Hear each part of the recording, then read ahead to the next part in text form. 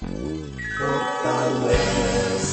a fé, conhecer a Jesus, que nos fala através da palavra de Deus.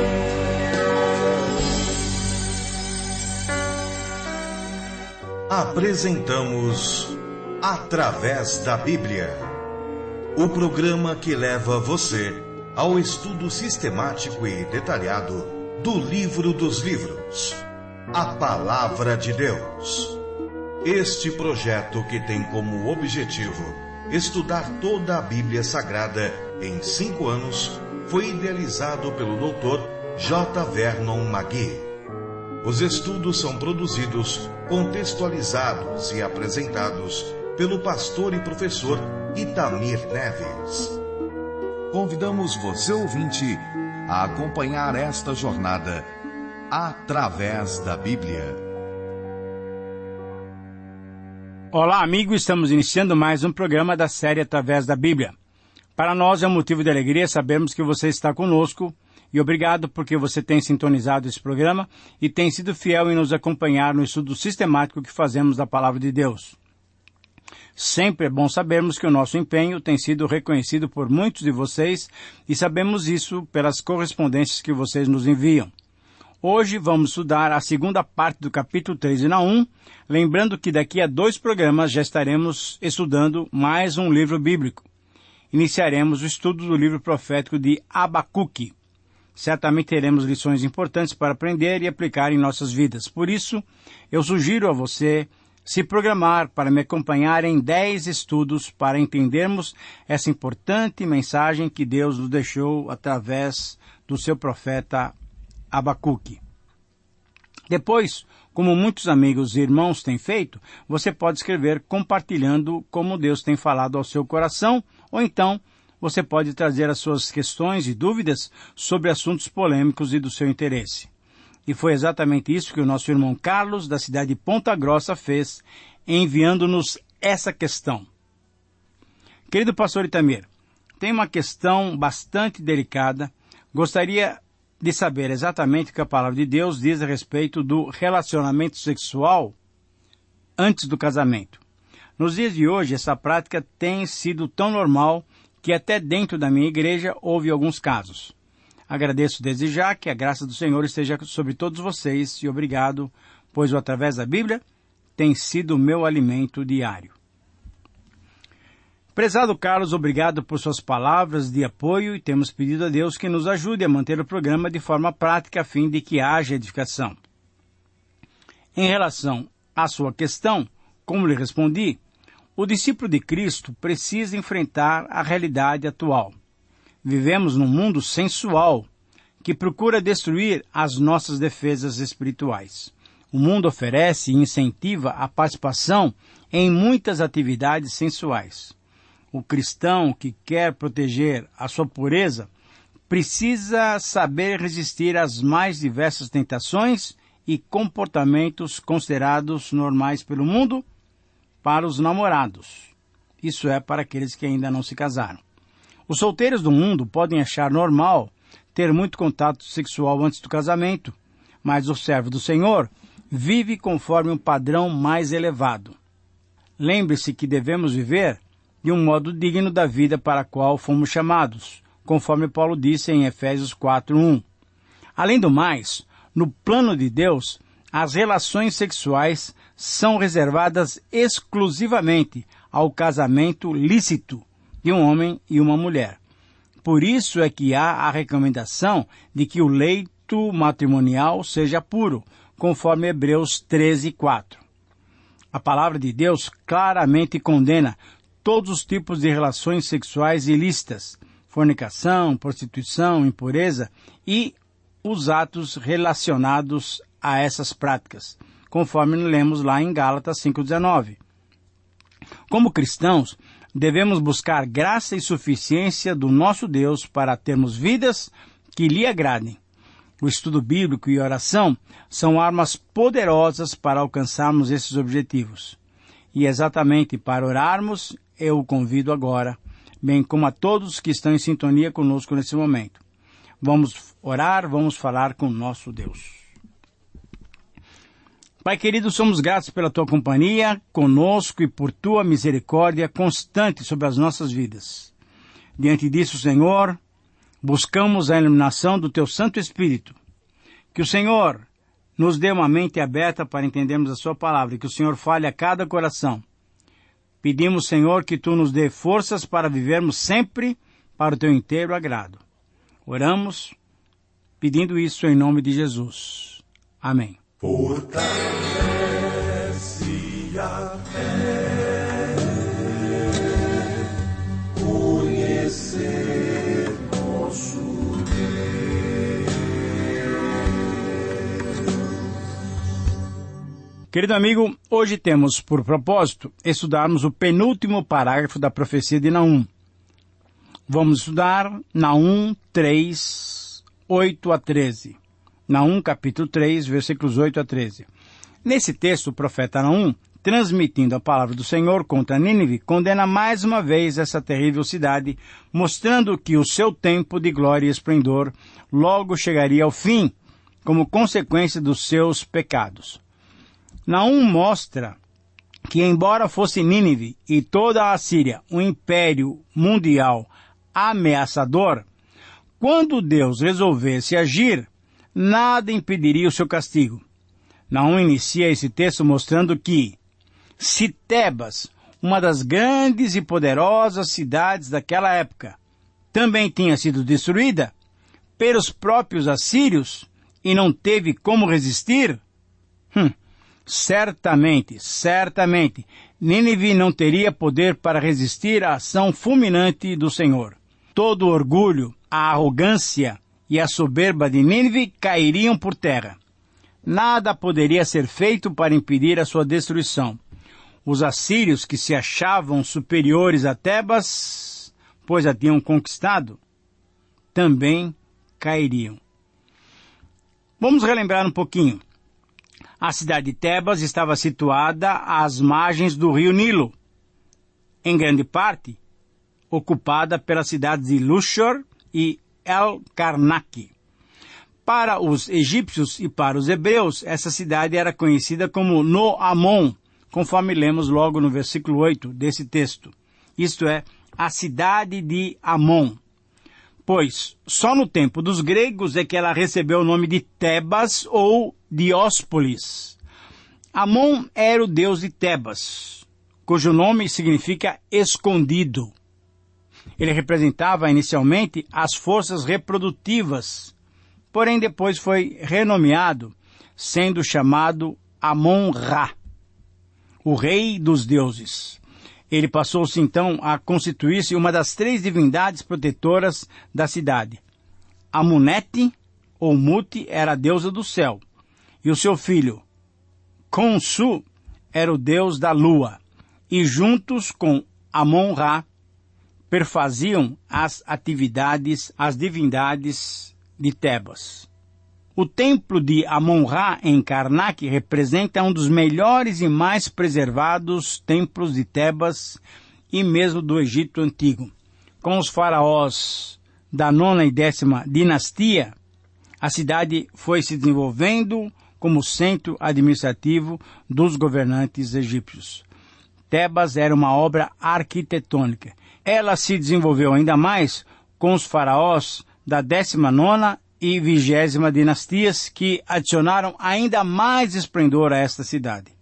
Os principais monumentos de Tebas são os templos de Karnak e de Luxor, os túmulos dos faraós nos vales dos reis, os colossos de Memnon e os templos funerários de Ramsés II e Ramsés III.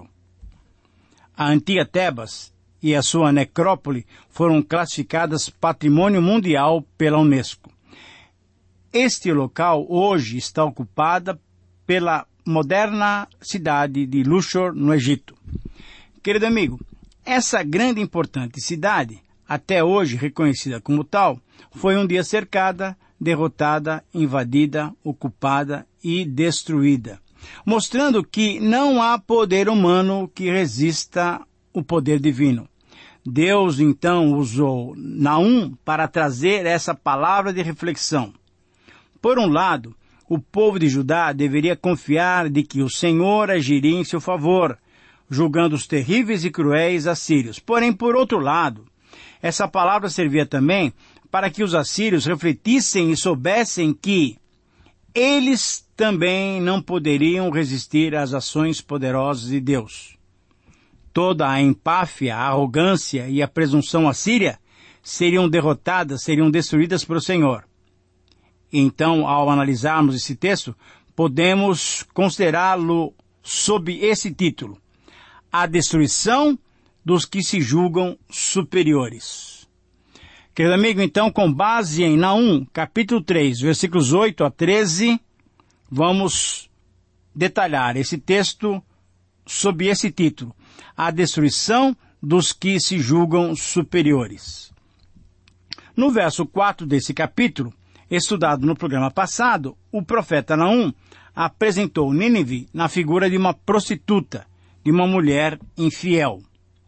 No mundo antigo, o termo prostituição, além de nos fazer pensar na idolatria, nos lembra também a quebra de um vínculo, a quebra de um tratado. Segundo os historiadores antigos, parece que essa era uma prática habitual dos assírios que, através desse procedimento, foram traindo seus aliados, obtendo assim cada vez mais poder, expandindo-se por todos os lados. Naum dá a entender que todas as nações, até mesmo a Assíria, têm um pacto com Deus. Veja, por exemplo, Amós capítulo 1 e 2. E todas as nações, então, são responsáveis diante de Deus. Nínive, na realidade, tinha se arrependido e tinha se humilhado nos dias de Jonas. Mas havia bastante tempo a cidade de novo se rebelara contra Deus. A índole dos assírios falou mais alto e aquele impacto, aquele avivamento que ocorrera anteriormente, quando ouviram a mensagem divina através de Jonas, ainda 40 dias e Nínive será subvertida, conforme Jonas 3:4, fora totalmente desconsiderada pelas gerações posteriores. E de novo, a mensagem divina de juízo e destruição estava sendo proclamada por mais um profeta de Deus. A soberba, a arrogância, o orgulho tinham ganhado terreno no coração dos assírios. Não se podia imaginar que aquela grande nação, aquele poderoso império, seria derrotado. Mas quando percebemos que essa era uma decisão do Senhor, podemos afirmar que a soberba dos que se julgam superiores é a causa do seu castigo. Eu repito, esse é o princípio que esse texto de Naum 3, 8 a 13 nos dá. A soberba dos que se julgam superiores é a causa do seu castigo. Nesses versos nós vamos encontrar 5 afirmações sobre aqueles que se julgam superiores. A primeira afirmação revela que diante de Deus não existem poderosos. Versículo 8 diz assim: És tu melhor que Noamon, que estava situada entre o Nilo e os seus canais, cercada de águas, tendo por baluarte o mar e ainda o mar por muralha? 200 anos antes, na época do profeta Jonas, Nínive, a capital da Síria, foi perdoada por Deus mediante a penitência e o arrependimento do seu povo. Depois disso, a Assíria começou a crescer e a progredir rapidamente. Embriagados por suas conquistas, os assírios tornaram-se muito arrogantes e cruéis com os povos vizinhos. Em seu livro, Naum descreve a situação moral da cidade de Nínive dos seus dias como uma cidade de sangue, uma cidade de traição. Então, mandado por Deus, o profeta predisse o que a cidade iria sofrer como consequência de todo aquele sangue derramado. O seu futuro já estava traçado. Até Nínive, que então se considerava invencível, seria fulminada. Mas finalmente seria fulminada e foi submetida pelo imperador Nabopolassar da Babilônia. Esse imperador era um rei caldeu da Babilônia no ano 612. Sua destruição e aniquilamento foram descritos por Heródoto, Dióscoro da Cilícia e outros escritores gregos. Para comprovar que o juízo era inevitável, nesses versos o profeta comparou Nínive com Noamon, ou Tebas, como nós já mencionamos, cidade egípcia de grande poder por sua posição estratégica para o comércio entre as diversas nações daquela época.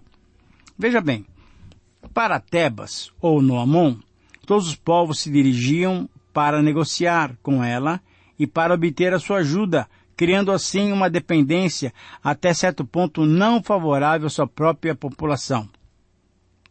Como mencionamos, Tebas era considerada como uma grande obra arquitetônica e assim era chamada Cidade de Deus. Tebas era o centro da adoração de Amon. Com toda essa capacidade de atrair os povos para o comércio, para os grandes negócios, Tebas caiu, ruiu sem apelação diante dos assírios. Ora, assim como a poderosa e influente Tebas tinha caído, assim também a poderosa e inexpugnável Nínive cairia também e seria totalmente destruída diante de Deus. Não existem poderosos. Por isso podemos fazer a segunda afirmação, que mostra que qualquer poderoso pode ser derrotado. Versículos 9 a 10 eu leio para você. A Etiópia e o Egito eram a sua força, isto é, a força de Tebas. E esta, sem limite, Pute e Líbia, o seu socorro. Todavia, ela foi levada ao exílio, foi para o cativeiro. Também os seus filhos foram despedaçados nas esquinas de todas as suas ruas. Sobre os seus nobres lançaram sortes, e todos os seus grandes foram presos em grilhões. Isso ainda é a descrição da destruição de Tebas. Ora, nesses versos então o profeta Naum continuou mencionando Tebas como exemplo para Nínive, mesmo mencionando as boas relações que Tebas tinha com as outras cidades, com as outras nações, com os outros povos comerciantes, com as outras nações vizinhas. Na hora do aperto, ninguém, na hora mais difícil, ninguém quis saber de Tebas. Tebas não teve nenhum apoio concreto para tentar escapar do confronto com o exército assírio. Tebas não era uma cidade conhecida como violenta ou cruel, como uma cidade sanguinária. Tebas era uma cidade pacífica e que mantinha boas relações com as outras. E mesmo assim, quando enfrentou os invasores assírios, sua população sofreu muitíssimo e a cidade foi tomada e os seus moradores foram levados para o exílio, para o cativeiro. A mensagem de Naum, então, era muito clara. Se Tebas, a amigável Tebas, sofreu daquela maneira, certamente Nínive, a cruel Nínive, sofreria sem apelação. A terceira afirmação, então, revela que não há refúgio para proteger-se do inimigo. Versículo 11. Tu também, Nínive, serás embriagada e te esconderás. Também procurarás refúgio contra o inimigo. Este é o versículo 11. Assim como Tebas foi derrubada como alguém embriagado, assim também aconteceria com Nínive, e com razão, pois eram dados à bebida, ao vinho, às orgias. Assim como um bêbado cambaleante sem domínio de si, Nínive chegaria ao seu fim, ou talvez seu fim chegaria de uma forma pior, pois a sua caracterização foi como uma prostituta. Uma prostituta que baseava o seu poder na sedução e no engano ao oferecer aos seus parceiros prazeres passageiros. Conforme vimos no versículo 5, Nínive seria desnudada diante dos povos, num espetáculo ridículo para que todos observassem o seu fim. Nesse espetáculo triste, os povos finalmente descobririam como estavam sendo enganados por sua beleza, por sua aparência e por sua sedução. Por isso mesmo não seria ajudada. Por isso mesmo não teria como se esconder do inimigo. E aí chegamos então à quarta afirmação, que mostra que toda fortaleza humana não resiste ao poder divino. Versículo 12. Todas as tuas fortalezas são como figueiras, com figos temporãos. Se os sacodem, caem na boca do que os há de comer. Como vimos, querido amigo, Naum, por sua profecia, destacou que a soberania de Deus não é arbitrária nem negociável. Diante dos impérios construídos por aqueles que se converteram em inimigos dos seus aliados, a justiça de Deus, a retribuição divina, não se faz esperar por muito tempo. A ação soberana de Deus é direta e foi definitiva com relação a Nínive. A imagem desse verso mostra a debilidade de Nínive. Sua fragilidade seria total. Nínive tinha seduzido muitas nações para a morte, e assim viria sobre ela a própria morte.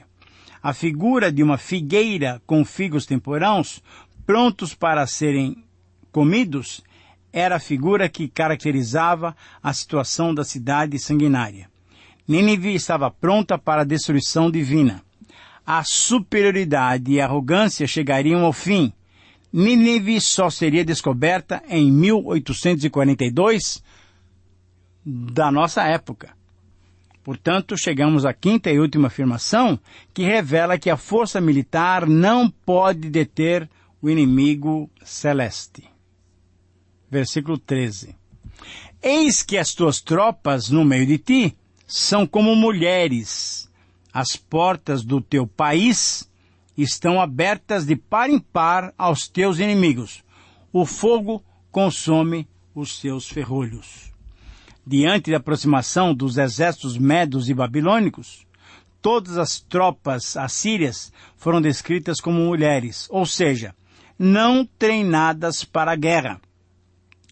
Todas as barreiras para retardar o avanço dos inimigos, como portões e grades, foram removidos e não adiantariam de nada.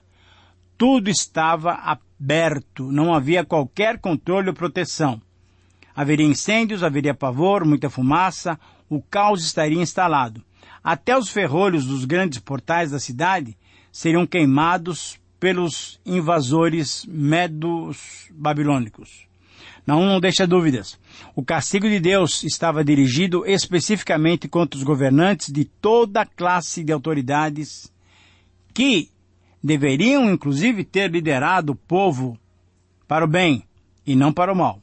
O próprio povo se comportaria como mulheres, no sentido de estar indefeso diante de reis, das autoridades, como também estariam indefesos dos inimigos conquistadores.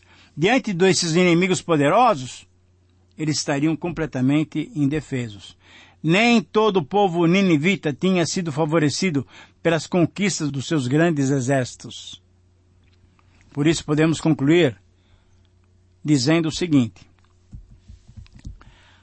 a nossa reflexão nos mostra que é necessário recordarmos que Naum, logo no começo da sua profecia, resumiu de modo geral, no capítulo 1, nos versículos 7 a 9, todo o conteúdo da sua palavra. Naum foi o profeta que só tinha uma ideia, que só tinha uma mensagem: a destruição de Nínive.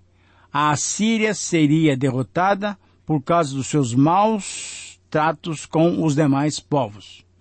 Um povo poderoso que não foi misericordioso, foi violento e cruel. Convencido então, Naum, de que Yahvé, mesmo sendo tardio em irar-se, não deixaria de se vingar dos seus adversários, Naum projeta a luz do governo moral de Deus sobre Nínive, entoando então, nesse capítulo 3, um canto fúnebre do opressor maior do mundo. A Síria seria derrotada. Querido amigo, esse é o castigo do Senhor por tanto tempo adiado, mas que aconteceria no seu tempo e seria completo e final. Naum se diferencia notavelmente dos seus profetas predecessores, bem como dos seus contemporâneos Jeremias e Sofonias. Esses profetas visavam primeiramente a reforma de Israel. Em vez disso, o estribilho, o refrão ou a ênfase da mensagem de Naum é que os ímpios serão castigados. a humanidade ultrajada que desperta e pede vingança, Deus a ouve, e ele diz: eis que estou contra ti, diz o Senhor dos Exércitos. Querido amigo, que Deus possa abençoá-lo a se manter fiel e justo, para que você não venha experimentar esse duro e justo juízo de Deus. Um grande abraço e até o próximo programa. Terminamos mais uma apresentação do programa Através da Bíblia. Esperamos que você nos escreva dando a sua opinião sobre o que ouviu. O nosso endereço é Caixa Postal 18.113, CEP 04626-970, São Paulo, São Paulo. Ou pelo e-mail através da Bíblia @transmundial.com.br. Este programa foi produzido nos estúdios da Transmundial. Meu pecado sim expirou na cruz, e por graça sem igual, salvou.